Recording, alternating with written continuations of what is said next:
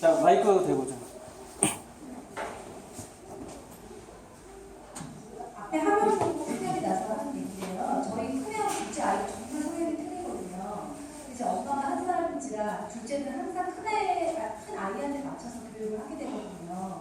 그럼 지금 이렇게 성향이 다를 때는 어떻게 교육을 시켜야 되는지 확실하게 좀 말씀해 주셨으면 좋겠어요. 이거 정말 많이 나오는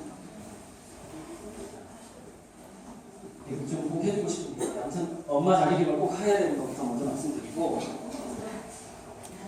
자, 성향이 다른 자녀 어떻게 할 것인가 정말 질문 많이 나오거든요.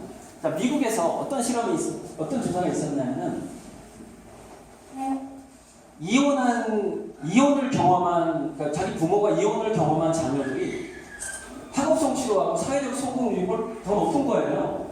이거 도대체 어떻게 된 거냐고 조사를 해봤어요. 그러니까 그 부모의 IQ라든가 학력을 비슷하게 해서 조사를 합니다. 이런 거 할 때. 그래서 그 핵심적인 요소가 뭐냐고 쪽에 들어가 봤어요. 추적해봤어요. 그랬더니 그 첫 번째 이제 결혼해서 이혼하고 두 번째 결혼할 때는 자기랑 노는 방식이 비슷한 사람을 결혼한대요. 그래서 선호하는 어떤 체험이나 이런 게 비슷한 사람끼리 결혼을 하게 되는데, 애들은 이혼하면 여기 갔다 여기 갔다 하잖아요. 그래서 체험이 굉장히 극과 극으로 다양한 체험을 하더라는 거예요. 그 중에서 특히 그 아이가 선호를 하면은 이제 거기 놀러 가는 거예요. 그래서 세안받은 세원받은 간에 자기가 경향이 맞았어. 그럼 그 경향이 맞는 데 가서 굉장히 그 체험을 깊이 있게 하더라는 거죠.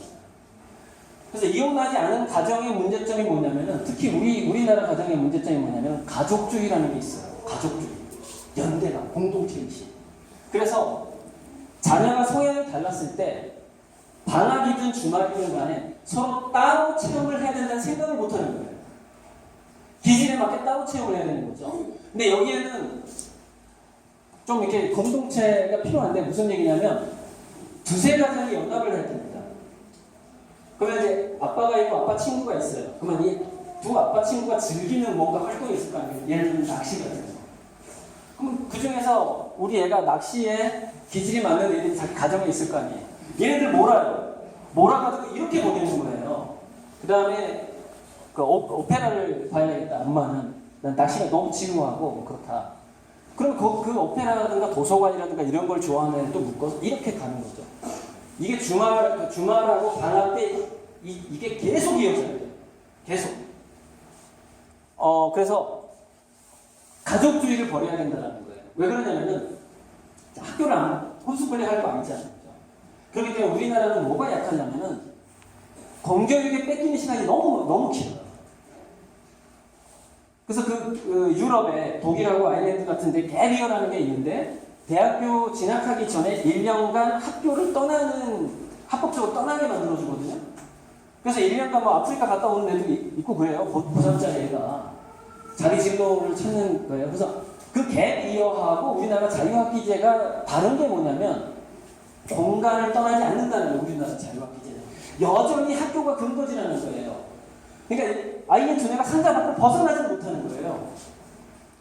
그러니까 아이가 상자 밖을 기존의 공교육의 틀을 벗어나서 진짜 자기 몰입을 하고 자기 체험을 찾는 것을 15세 이전에 해야 되는데, 방학 몇 번 하고 주말 체험 이 시간밖에 없거든요. 이 긴 시간이 아니에요. 그래서 무슨 얘기냐면은 아이가 3살이 넘으면 5살만 넘으면요, 그 아이의 기질에 맞는, 그 아이가 좋아하는 체험을 깊이 몰입할 수 있는 시간을 최대한 줘야 되기 때문에 주말하고 방학 때 부부가 같이 살 생각을 하지 말아야 돼요. 아이의 기질이 같으면 다행인데, 같으면 같이 가면 되는데, 아이의 기질이 달라. 그럼 따로 가야 돼요. 따로. 그리고 자기 친구들이랑 이렇게 놀러 가야 돼요. 이게 굉장히 중요한 거예요. 이건 조사에서 나온 거예요. 질문? 저는 굉장히 성격이 급박한데 저희 아이는 되게 느려요. 그래서 그것을 많이 해야 되고, 그래서 저희 신랑하고 저는 속이 터지거든요. 근데 못 따라오거나 그런 건 아닌데 그 기다리는 게 너무 힘들어서 저희가 어떻게 해야 좋을지 잘 모르겠어요. 일단 그 아이의 느리면 느린 대로 그 아이가 거기에 적합한 활동을 찾는 게 일단 중요해요. 느린 성격에 맞는 그 아이가 몰입할 수 있는 활동을 찾아주는 게 좋아요. 유심히 관찰하는 것도 괜찮고 그림 같은 것도 괜찮고 좀 오래 걸리는 것들. 그죠? 자, 근데 문제가 뭐냐면, 그러니까 이 어머니가 가지고 있는 문제가 이제 제가 처음에 걱정했던 문제입니다. 자식을 사랑하고 자식에 대한 집착이 있는데 자기 개발 활동이 없는 거야. 만약에 자기 일에 지금 막 정신이 없어, 자기 일을 하느라 정신이 없어 그러면요, 사실은 아이가 느린지 빠른지도 지금 파악을 못하고 있어야 돼요. 그래야 그 애가 지금 성공을 하는 거야. 애가 느려, 속이 타고 일이 끝나고 게임이 끝나고요. 이렇게 되면은 그 상황이 아니어야 되는 거예요 지금. 애가 자기 일을 하고 있네 하고 자기 일을 해야 돼. 왜냐면 자기 일을 하느라고 바쁘기 때문에. 그죠? 그러니까 엄마가 자기 개발을 뭔가 자기 자기 용어를 찾으셔야 돼요. 자기만의 일을. 그러면 그게 저절로 해결이 돼요. 그 아이는 느린 그 아이의 기질에 맞게 자기 일을 찾아서 그 애가 지금 14살, 15살이나 그러면 급하게 막 개인 지도하고 막 멘토 투입하고 해야 되는데 아직 초등학생이다 그러면은 일단 엄마는 엄마 활동하면은 저절로 답이 나오고.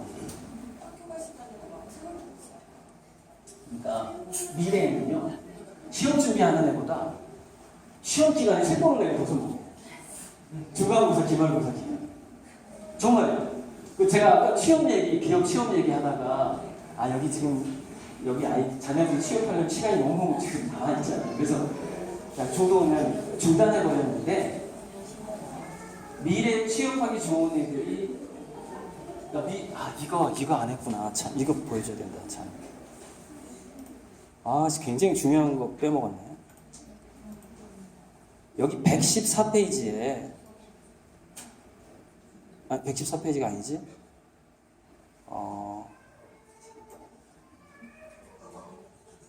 그러니까 에필로그에 있기 때문에, 그러니까 미래에 어떤 직업이 사라지는가에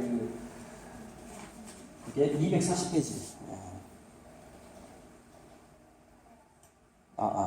240페이지인데, 그냥 PPT로 할게요. PPT도 있네, 생각해보니까.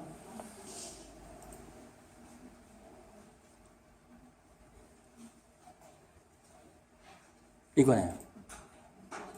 그러니까 미래에 어떤 직업이 사라지는가를 이제 6가지로 이렇게 분류를 했거든요. 근데 제가 왜 시험 준비 안 하고 책 보는 애가 더 성공하는지 여기 나와요. 자, 그게 1번. 쉽게 알기는 어렵지만 업무 규칙이 명확하다. 여기에 가장 해당하는 직업이 판사입니다. 2번. 학벌이나 자격증으로 보호받고 있다. 바로 이거예요. 시험은 왜 보냐면은 저것 때문에 봐요. 학벌하고 자격증 때문에 보거든요. 근데 미래학자들이 다 얘기하는 게 미래에는 학벌하고 자격증이 없어지잖아요. 의미가 없어진다. 자기만의 스토리를 만들어낼 수 있는 능력이 필요한데, 그래서 중간고사 기간에 책 보는 애가 성공한다. 3번. 책상에 앉아서 그 일을 배울 수 있으면 그 직업은 다 사라져. 아웃도어 체험이 여기서 한 번 또 나오는 거예요. 자, 인공지능 로봇을 연구하던 모라벨이라는 학자가 있었는데, 이 사람이 인공지능이 말도 잘하고 계산도 잘하는데 걸음마를 시켰더니 못하는 거예요. 로봇을 걸음마 시키면 이렇게 힘든가?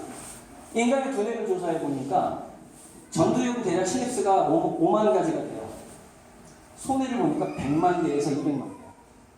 인간은 20배에서 30배 정도로 손해가 발달된 상태로 태어납니다. 그래서 인간은 걸음마를 쉽게 하는 거예요. 근데 로봇이 걸음마를 하게끔 시켜봤더니 그만큼은 힘든 거죠. 그래서 안 보였나? 이쪽에 계신 분들은 안 보일 거고. 네네. 그래서 왜 몸이 직접 참여하지 않고 책상에서 배울 수 있는 직업 자체가 사라지냐? 책상에서 배울 수 있다는 것은요, 데이터화가 쉬운 일이에요. 데이터화, 그것을 이렇게 문서화하거나 암호화할 수 있다는 걸 의미합니다. 3번, 책상에서 그 일을 배울 수 있다는 것은. 데이터하고 암호화되는 것은 다 인공지능 영역으로 넘어가고요. 그런데 우리가 몸을 참여하는 것이 쉽게 데이터가 되지 않더라고요. 몸을 움직이는지 더 데이터량이 극대한 많더라. 20, 30배가 많더라는 거죠. 그래서 더 직업이 오래 갑니다. 인간의 몸이 직접 참여하는 직업. 책상에서 얻을 수 있는 직업이 아니라. 그래서 자격증 확보는 의미가 사라져버립니다. 자, 4번 우회성과 복잡성이 없어서 내 일이 편해. 사라집니다. 쉽게 사라집니다. 5번 현장 경험보다 모니터링이 중요하다. 3번하고 5번이 비슷해요. 그러니까 내가 지금 데이터 분석을 하는 일을 많이 하고 있다. 현장을 막 뛰어 돌아다니는 일이 아니다. 그럼 그 직업은 언젠가 사라져요. 이게 이제 아마존에서 왜 도서 추천하던 사람들이 30명이 있었어요. 그래서 아마존 CEO가 인공지능이 사람들 책 구매 패턴에 따라서 도서 추천을 해주고, 그다음 이 30명이 그 사람들을 분석해서 도서 추천을 해주고 해서 이걸 경쟁을 시켰습니다. 그랬더니 인공지능이 책을 추천했을 때 책도 잘 팔리는 거야. 30명 순식간에 잘렸잖아. 순식간에. 시간대로 지금 이게 몇 년 전에 있었던 일이에요. 이 사람들은 책에 대한 독서의 전문가들이에요. 근데 책을 분석하는 게 인공지능이 수백만 배가 훨씬 잘 분석을 해요. 어떤 그 소비 패턴을 분석하는 게 그냥 짜는 거예요. 그게 5번입니다. 6번 배운 내용이나 규칙이 변함이 없다는 거예요. 이게 뭔지 아세요? 이게 자격증입니다. 내가 그 자격증을 따면은 그걸로 울고 먹을 수도 있고 이 직업이 다 사라집니다. 이게 다 사라져요. 이 6가지 특성이 있는 것은 직업이 사라진 거예요. 그러니까 엄마 말 안 듣고 자기만 활동을 하는 거예요. 성공을 하는 거예요. 그래서 엄마 말을 안 듣는 거 스트레스 받잖아요. 그러면 이제 관계가 안 좋아지니까 엄마가 그냥 자기 일 하라는 겁니다. 자기 개발을 하고 애한테 신경을 끄라는 거죠. 15살, 14살까지, 중2까지는 좀 신경을 꺼주라는 거예요. 중2 때 그때 얘가 이제 진로 설정하고 할 때 그때 거기에 맞는 거를 짠 하고 튀겨주면 돼요.